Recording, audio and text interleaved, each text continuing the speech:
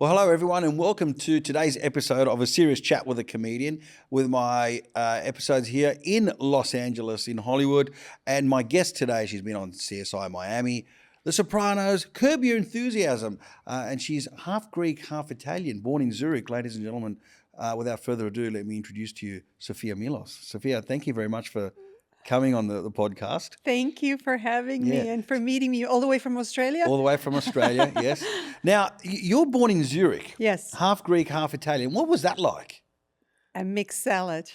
Was there a lot of Greeks and Italians in Zurich or at the time? No, I mean, there were immigrants, of course, because it's one of the select countries like Australia that Greeks and Italians would immigrate to. Yeah.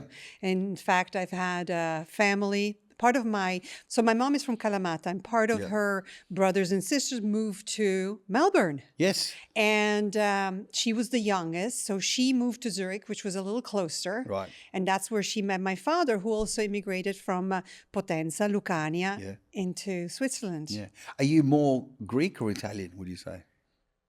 I'm definitely more Italian. Yeah, right. Yeah. Yeah. You speak it fluently, you understand it? Yeah, of course. Yeah, what about the Greek side? I speak Greek. Right. I had to study Greek. Yes. Yeah, oh yeah. I was sent to every type of school that you possibly can imagine. Right. Yeah. And so when did you know that you wanted to be an actress? I sort of fell into it. My passion was painting. Right. I thought I was going to be on the other side of the camera, observing people. Right. And a painter, Elisabeth Bollier, asked me if I would pose for her for a whole gallery that she wanted to do. And as shy as I was, I thought, yes, because I got to be in an atelier among paint and this incredible painter and watch her do the work. Yeah. So that's how it all started. And do you still paint today? Yeah, I do. Wow, okay. We might get into that a little bit later. And so your move to Los Angeles, how did that happen? Did you move here because you wanted to be an actress, or you moved here for other reasons, then you fell into it? I sort of moved here for a variety of reasons, probably. But when you're younger, you don't have too many ifs or buts. You just make a decision and you move on it. And I didn't have all these considerations that we grow into almost and should grow out to, with a whole bunch of meditation later. But I just knew that there was more for me as a woman. Mm-hmm. I thought that culturally, education-wise, school-wise, parents, as good as they do the best they know how, especially Italian Greek parents, the best they know how. But it didn't allow me to be everything that I just felt and knew that I have the opportunity to be if I just go for it. And also culturally, I thought women were sufficiently suppressed. In Italy at that point. My parents moved back to Italy. Oh, so you moved, so you were born in Zurich, but you moved. Then later I moved back to Rome. That's where my mom still lives. Right. My dad passed away 10 years ago, but that's where they moved back to. Right. And my mom still currently lives. My brother, my entire family of my father's side lives in Italy, mostly in South Italy. Right. And I have no family here in the States. Right. Yeah. So at 19, I just moved to New York. Yeah. No, still not because I wanted to be an actress. Mm-hmm. Actually, I had some indecent proposals in Italy from a director. I thought I was never going to do that again because, and I wasn't sophisticated and mature enough to give him a proper answer without, telling him off. Yeah. So I thought this is never going to happen again. And I moved to New York, where I successfully started working as a professional model, earning a great living and traveling everywhere from Japan to the Canary Islands to multiple places in the States. And as I grew up here, I just saw that America was really lacking on creative, culturally raised people and were ready to pay for ideas, and you had the opportunity here. You truly have opportunity, especially when I got here. You were given an opportunity. You just had to work really hard. If you're willing to work really hard, you had it. Yeah, because that was one of the questions I had for you was, what was it like back then? So how old were you then when you landed here in LA? So 19 when I got to New York, and when I got to Los Angeles, I was about 21. And what was it like back then? Trying to, 21, 22, you know, yeah. trying to make it as an actor or an actress here. Well, you didn't have any foreigners, immigrants with a Italian accent woman Right. on primetime television. So was that You had sidekicks, Yeah. yes, Yeah. guest star sidekicks, but you didn't have a series regular on any of the shows. So the fact that I, with Café Americain, got my first television series yeah. because of hard work, yes, because it was written for an American. Right. And I brought in this hot-headed Italian with an Italian accent, Fabiana Borelli on Café Americain, directed by James Burrows, a multiple Emmy Award-winning director and creator.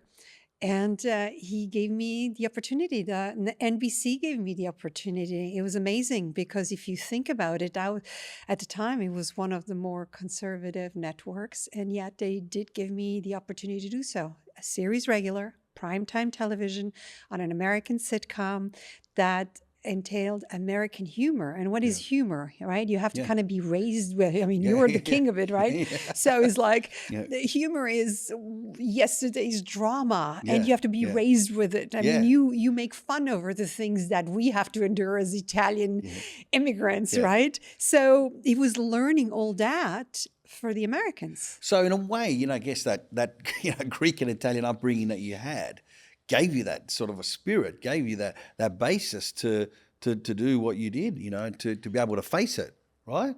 You mean the tenacity and the persistence? For sure. Yeah. Yeah. And so would you say your breakout role was it Selena? Yeah. Well, it was Café Americain. Yes. Fabiana Borelli on NBC. Yep. A series regular that we did for 24 episodes. Yep. That was the beginning of everything, because after that I got many more series, and I've done 8 series regulars and different guest starring or recurring roles from ER, Friends, Curb Your Enthusiasm was a recurring role. Carolina City was a series regular role. That's another sitcom comedy. Of course, CSI Miami for 7 years. That's a drama. And then we switched to more dramas probably around the time I started to do The Sopranos as Donna Annalisa Zucca, the mafia boss. Yeah. And I mean, there's not a lot of female mafia bosses on TV, is there really? Well, times have changed today, right? Yeah. And suddenly we have a hashtag of a Me Too thing. Yeah. But and I'm really happy about that, which is, it's about time that we change the narrative and give women artists, women in all fields, the opportunity to excel and flourish and prosper and do and contribute to the society as we can with our own strengths, not take anything away. We do need men, but we have our own strengths that men don't have. Yeah. And when I came and the reason I really loved the opportunity of playing Donna Annalisa Zucca is to show the strength, the power of women, not just because I decided so, because there is incredible women, in that case on the wrong side of the law, right? But they were really strong women that if their husbands were in jail, they would take over, such as in the Camorra Napolitana. Unlike the mafia, whereas the women don't see, don't hear, don't talk, right? And Ndrangheta. And the Ndrangheta that we don't even speak about yet. I wonder why. And what was your time on Curb Your Enthusiasm with Larry David? I mean, fabulous. Yeah, tell me a little bit more about that. I mean, that's something that intrigues me, obviously, being a comedian and that it's a very different show, right? So explain to people, for those of you who haven't seen it, it's a very different format, isn't it? Larry David is a genius. Because even though it's an unscripted show, right?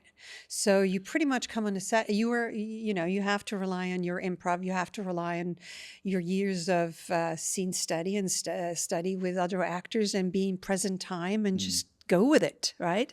And for me, that's the beauty of so many things. I mean, you can change anything at any time. And he would give you like the first episode, just do everything in your power not to let me through. Right. You know? Yeah. And I decided that the whole subject was going to be about him staring at my boobs, and his subject was about wanting to get through and me not letting him through. And so Yeah. it became a debacle about that. Yeah. Right. And how many times have you been on Curb Your Enthusiasm? It was 3 Yeah, episodes. right. Yeah. Yeah. Now, your time on CSI Miami, my mum's a big fan, by the way. Thank so you. she wanted me to say hello. Thank you. She's a big fan of that show. How did that change your life, both in a career sense and also personally? Because it's a big show. I mean, would you say that that's probably the show that made you the most famous, if you like? Or You'd be surprised. I have just as many Soprano fans yeah, than I have CSI Miami or the whole CSI franchise fan. Because I think the impact that role as Donna Annalisa Zucca had, and like you said, it was unprecedented to show that already 20 years ago. And finally, 20 years later, we're just progressing into changing the narrative. Imagine. So that had a great impact on a female audience and a male audience. CSI Miami is different, and I'm incredibly grateful because it is a incredible choreography, everything. It was genius. Sorry, I got distracted. that's all right. Sorry. You were talking about CSI Miami. Sorry. Okay, can we take the buzzer away? Yeah. I've just turned it. I've turned it down. There we go. Okay, great. Okay, what was the question again? Oh, that was your breakout role, and how it affected you. I'll pick it up again on CSI Miami. Yeah, personally and also in a career sense. Yeah, so CSI Miami, I'm incredibly grateful for it. Who knew when I started that show, not my representative, no one, that it was going to go into, a 10-year run, 7 years for me, and that it would hit something. I think it's 187 countries, dubbed in multiple languages and running for still now, every day of the week. Popular in Australia. Very popular. Every day of the week, it's on somewhere, and including the States. I know, because I'm getting the residual, thank God, even if they're not that where they should be right now. But, but it's on continuously, and everybody in the world gets entertained with it. Gratefully so during the pandemic. I'm so happy about that. I really got to see it through the pandemic. We got to see how important it is what we do, right? Yeah, absolutely. You entertaining, making people laugh, musicians singing, and people turning on the small screen and it keeping them company, whether they're in a hospital bed or locked up for 3 years or whatever. The importance and responsibility of what we do is quite amazing. And yes, with a show like CSI Miami, of course, you get to see it, right? Yeah. Did the industry stop here during COVID completely? Oh, yeah. Yeah, right. Yeah. I wasn't sure, In Australia, no? Oh, well, I'm not sure about the acting business, but definitely the live entertainment business, because we need an audience. Right. So that definitely, but I wasn't sure about what it was like for you. So it took a while for it to start again, and it would cost so much money too. And the ones that resumed were the productions that had the money to pay for testing on a daily basis for an entire, cast and crew. I think it was like 3 times a week or something, and stop production. And imagine something that costs a lot of money to stop production for a week or two is massive. Yeah. Now, you mentioned Me Too before. Yeah. And I'm glad you did, because I was going to ask you about this. Has it had the impact that it was meant to have in terms of being out there, or is that not really something that you would encounter now that you're probably a lot more established versus coming into Hollywood, coming into the movie business as a young starter? I think it has impacted. The movement started. It has started the change of narrative, and obviously, once the conversation starts, the awareness has begun. And once the awareness begun, there is a lot of different behaviors that were not acceptable or professional that have been probably nipped in the bud, with the arrest of who and others. That's pulled back a lot. So you don't have You don't have that conversation going that easily anymore. Have salaries changed? I think that's something to be talked about still, and a lot of other things still. But I've had conversation with very established actors, male actors, who believe that no, there is no difference with how female actors get paid versus male, but there is. There is. Hope you're enjoying the podcast. We'll be right back straight after this ad break. Hi, this is Joe Avati, and I am very proud to say that I am now one of the brand ambassadors for Elite Supplements. One of the supplements I take every day is resveratrol, an anti-aging supplement. You know how they say that 1 glass a day of wine is good for you? It's because it's got resveratrol in it. But do you know how much wine you actually have to drink to get any benefit of it? 11 litres. Now, it doesn't take Einstein to figure out that if you're drinking 11 litres of wine a day, you ain't going to be around long enough to see any benefit. So make sure you get your supplements from Elite Supplements. Resveratrol worked for me. Look how young I look. And I'm 73. Hi everyone, I'd like to thank one of the sponsors of the podcast, St. Romeo, who provide great skincare products for men. I'm going to show you some of the products. St. Romeo Facial Cleanser, Rock and Roll Face Scrub. And if you had a rock and roll lifestyle, you're going to need a face scrub. This is their deep cleansing charcoal bar. How putting charcoal on your face cleans it, I've no idea, but it works. This is one of my favorites, the cucumber eye gel. Must be for vegans. And they've got heaps of stuff for your hair too. Shampoos, styling creams, and stronghold for your hair. Obviously, I don't need any of these. I'd like to thank St. Romeo for being one of the sponsors for the Joe Avati podcast.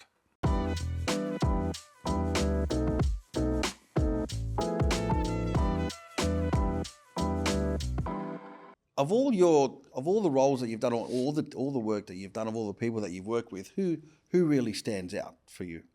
You know, has it been a director or another actor? Who have you enjoyed working with?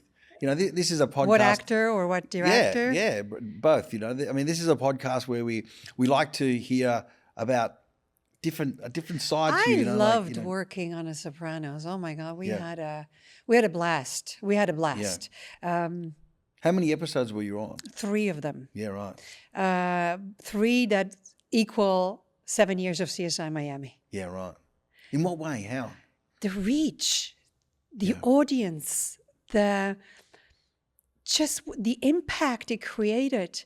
And right now, I'm going on the 28th, I'll be in New York for the premiere of Gravesend, which is the series, it's the 2nd season of Gravesend, and we have a phenomenal cast, some of which is coming from The Sopranos. Like we have Vincent Pastore from The Sopranos and Al Sapienza from The Sopranos, and other people also that have done, very well known from things like The Bronx Tale and American Gangster. Like we have Armando Sante, we have Chaz Palminteri, Mario Cantone from Sex and the City, William Forsythe, Marty Cove. So it's going to be quite a group of people that people will see in the premiere of Gravesend. And once it airs, we will announce it. But we have a premiere now in New York. So a lot of people getting together and flowing us so much love and power. It's just so grateful about that. Yeah. And in terms of the directors, who have you worked with that you think? Well, I have done a lot of television, right? Yeah. So when you do a lot of television, you get to have, even if you do a series, you have every week new directors. But obviously there is, for different reasons, some stay, in your heart. Movies, definitely. I have someone that I absolutely love. He's no longer around, unfortunately. Dan Ireland, who directed me in Passionata. Right. That's a movie in which I star along with Jason Isaacs as a Portuguese fadista, Portuguese fado singer. And Dan Ireland was just amazing. I mean, he discovered Jessica Chastain, Renee Zellweger. I think he worked with Salma Hayek when she was just starting. So he was unbelievable. I love him Love you. I loved working with James Gandolfini, of course, and he's gone too. Yeah. Yeah, where do all the good ones go? Yeah. I have loved working with James Burrows, who actually signed my papers Right. to work in this country Yep. because he thought that I could switch from Italian to English like very, very quickly within comedy. And my way of working can be like really, really rapid, Spitfire if I want to, not as relaxed as we are right now. And do you think there's going to be a lot more roles like that for those kind of characters coming up? Because we struggle in Australia. In Australia, we struggled a lot with having About what? about having actors that don't look that white, with blonde and blue eyed and who look Anglo-Saxon.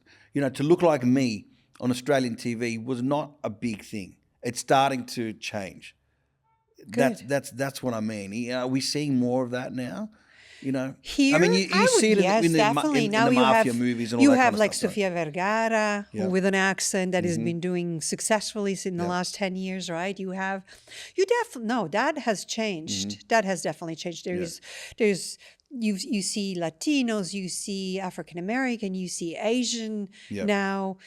Sometimes even where you maybe should see someone white because it's kind of hard to imagine that someone would. Okay, let's change history. Right. Yeah. And I know a lot of my followers are going to want me to ask you this question. I mean, you live here, you live in LA, you live in Beverly Hills. What is it really? What it is? Like what? LA is just this big sort of idea for a lot of people around the world. That it's all glitz and glam, and it's all, You want me to tell you the truth or the truth? Yeah, the truth. The truth. Let us know. What is it like to be, a well-known actress here in LA? I mean, is there things you got to do that that you have to do that you didn't really want to do just to keep up with the appearances and so on? Is it annoying? I am grateful for what this career has given me, but things have changed. You don't necessarily need to live here anymore. Things have massively changed. Yep. I don't know how they will change back after this strike is over. I don't know if you are aware of it. No, I'm not aware. So, you're not. No. Well, So it's a strike VGA, the writer's strike, has started a month ago, which means it stopped a lot of shows because you can't do rewrites. And if you can't do rewrites, technically you can't shoot, right? Yep. And so investors maybe holding off. Movies have slid. I was supposed to start on a movie called I Love You a month ago. That has now been moved to the fall. I was supposed to start on another movie. That is now going to be moved to the fall, and a third thing. Okay. So everything is resuming in the fall.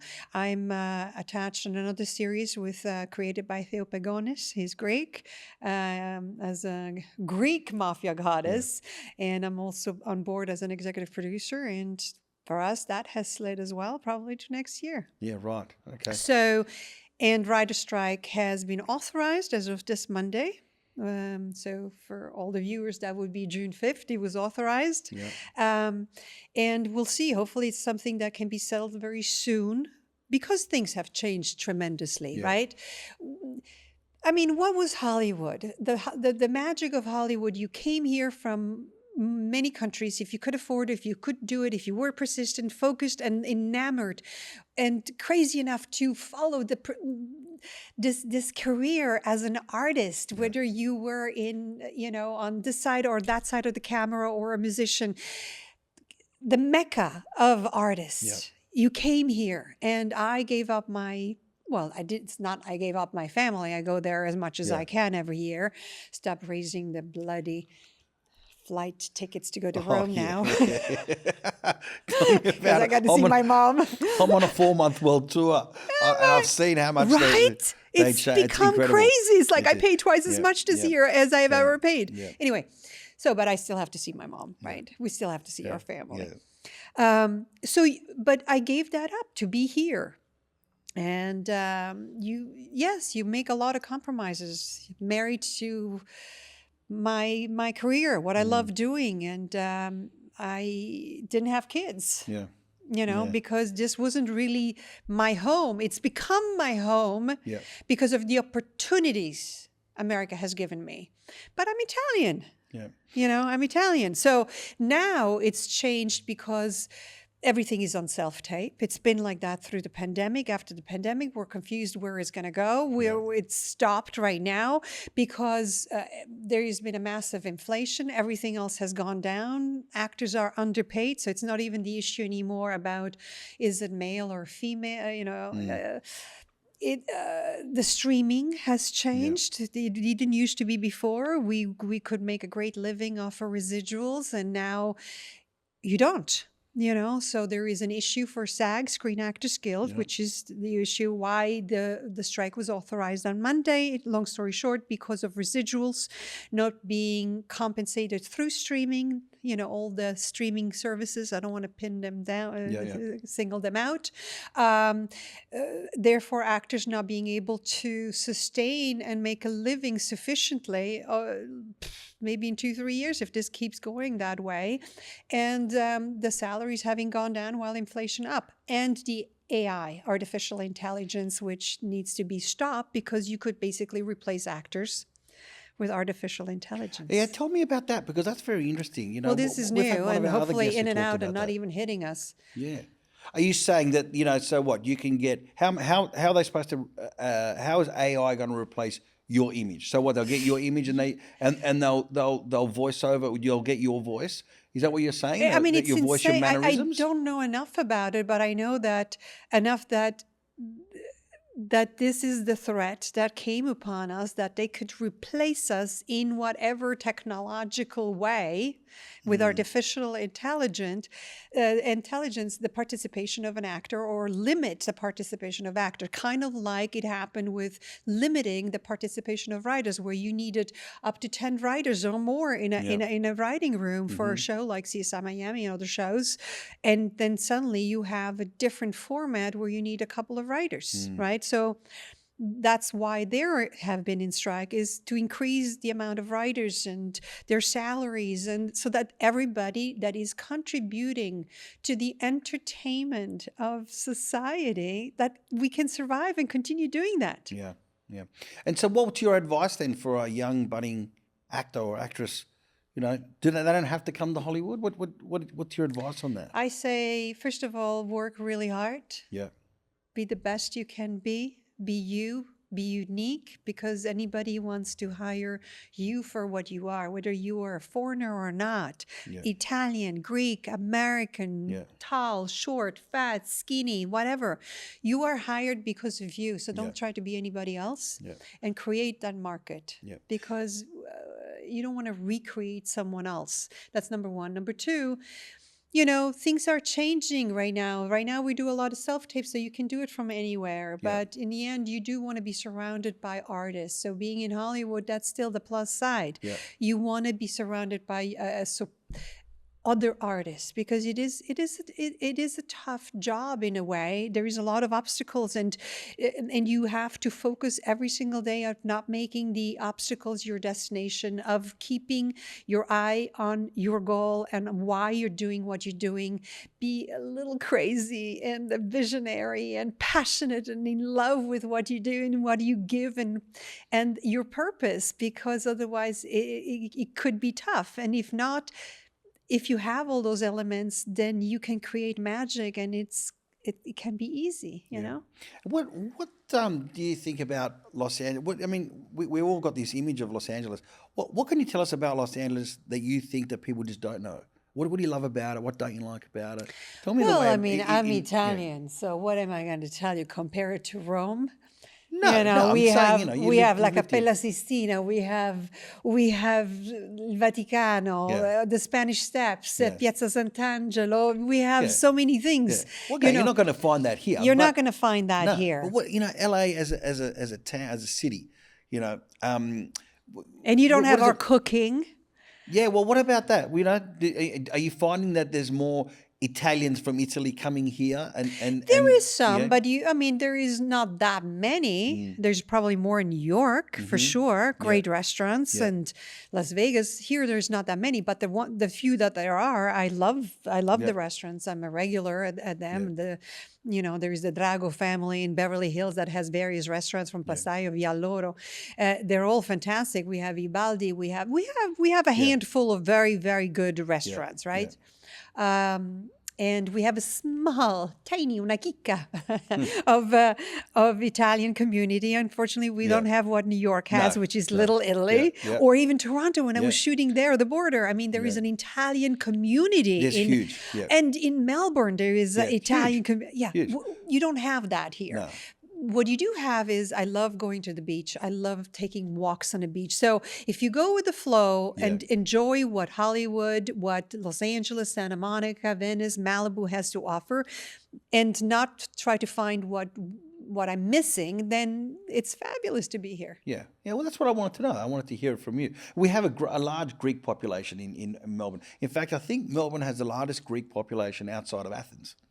Huge Italian population. And as you know, I do a lot of shows in Toronto. I mean, the first time I did Toronto, I think I sold 18,000 tickets to Italians in the first I wish 3 I'd weeks. known when I was there for 2 years shooting The When Border. When were you there? Like about 9 years ago or something like that. Yeah. I go there all the time. Yeah, I love Toronto. Yeah, I love the Canadians. They were so nice to Yeah. us. They were just fabulous. And a couple more questions before we wrap it up. Do you think that you'll end up retiring here, or would you like to go back to Italy? Oh my God, I'm just thinking already of retiring. Well, you got to know where you're going to go somewhere. I mean, ideally, I'd like to.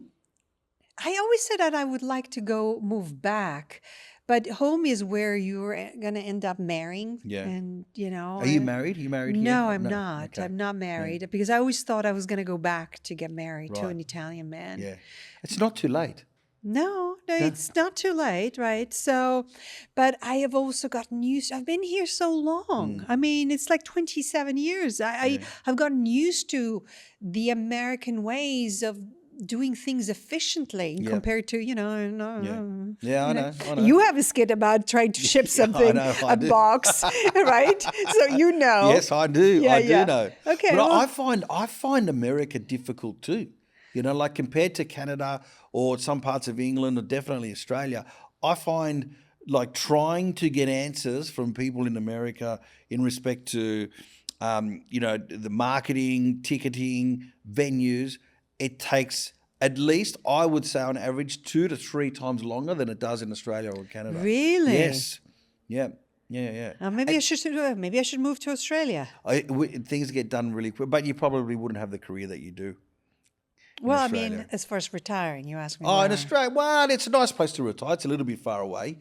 I have family there, and I have Have you been to Australia? Nieces who just moved there. Right. I came to Melbourne. All right. I liked it a lot. I haven't been to Sydney though. Sydney's fantastic. Melbourne's great. Melbourne's where I live, but I'm from Sydney. Oh, you are? Yeah. Is it nicer than Melbourne? In terms of a harbour, why? Yes. Sydney is a spectacular harbour. Very different cities. They're only 900 kilometres from each other, but you couldn't get two more different cities. But Really? Hopefully one day you get down there.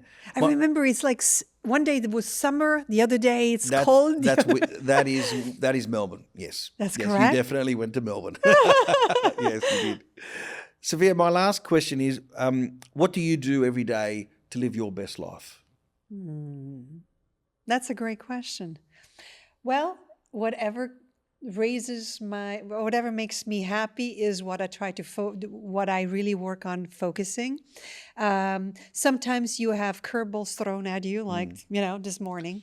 Yeah. So I try not to give things that displease me too much attention, more than necessary, than to organize them, because you don't want to run away from anything. You want to handle it. So. But look at it not more than necessary, not dwell on things. I like to work out every day. I like to eat healthy. I don't, and take care of this body and stay away from things that are going to shorten my lifespan. I think today, my grandmother, by the way, in South Italy, in a town where we don't have pesticides and this and that and that and that, she lived to 109. Wow. My nonna Natalina, who bore 12 children. Wow. And lived in a little town of Picerno in Basilicata. She lived to 109 until last year. Wow. And so today, with all that we have available today and the understanding of the importance of exercising and water and a healthy nutrition and staying away from sugar and and alcohol and Yeah. things like that, and keeping a good positive attitude, meditating, I like to start my day in a good way Yeah. as much as I can. Yeah. Of course, that doesn't mean that you can shut out the world. Shit happens, Yeah. we Yeah. say, right? Yeah. Yeah. Succede quel che succede, but you Yeah. try to focus the majority of your days on things that make you happy. And I think that's the eternal youth. That's the timelessness. People ask me, how do you do it? I look at you in television 20 years ago, and you seem to not have aged that much, or 30 years ago. I think that's what the primary thing is. If you keep it healthy in here, grant as much beingness to other things. Know that the obstacles are not your destination. Keep your head, keep your heart healthy. We're in an industry, we are blessed to be giving joy. You Yeah. give laughter. Yeah. I love watching you and making me laugh, So that's one way. Yeah. I'll Yeah. find things to make me laugh and put Great. my attention on that. Why do I need to dwell over things that don't, Yeah. Yes, we have a generation of parents that come from drama. Do you know what I'm talking about? Yeah. Oh, yes, I do. Okay, good. Yeah. Yeah. Yeah. But let's change that, because we can. We really, truly can, right? Fantastic. Sophia, it's been an absolute pleasure talking to you. You're really down to earth, Thank which you. which is really lovely to know and Thank to you. experience. And you know what? I thank you so much, and hopefully you can get a chance to come and see the show while I'm here. And if not, When is your show on here? Saturday. This This Saturday? Yeah. I And would just one day. one night, yes, one night only in Los Well, I Angeles. have to Because make as it you said, there's happen. not many Italians here, but I've got one night. But you know what? Thank you very, very much. You've given us a great insight, and it's been a pleasure chatting to you. My mum's going to be thrilled when she sees this. Hi, And Mama. What's her name? Francesca. Hi, Mama Francesca. È un piacere. And thank you. That's all I can say. Thank Ciao, you. grazie. Thank you very much Thank for you. having me. Bye.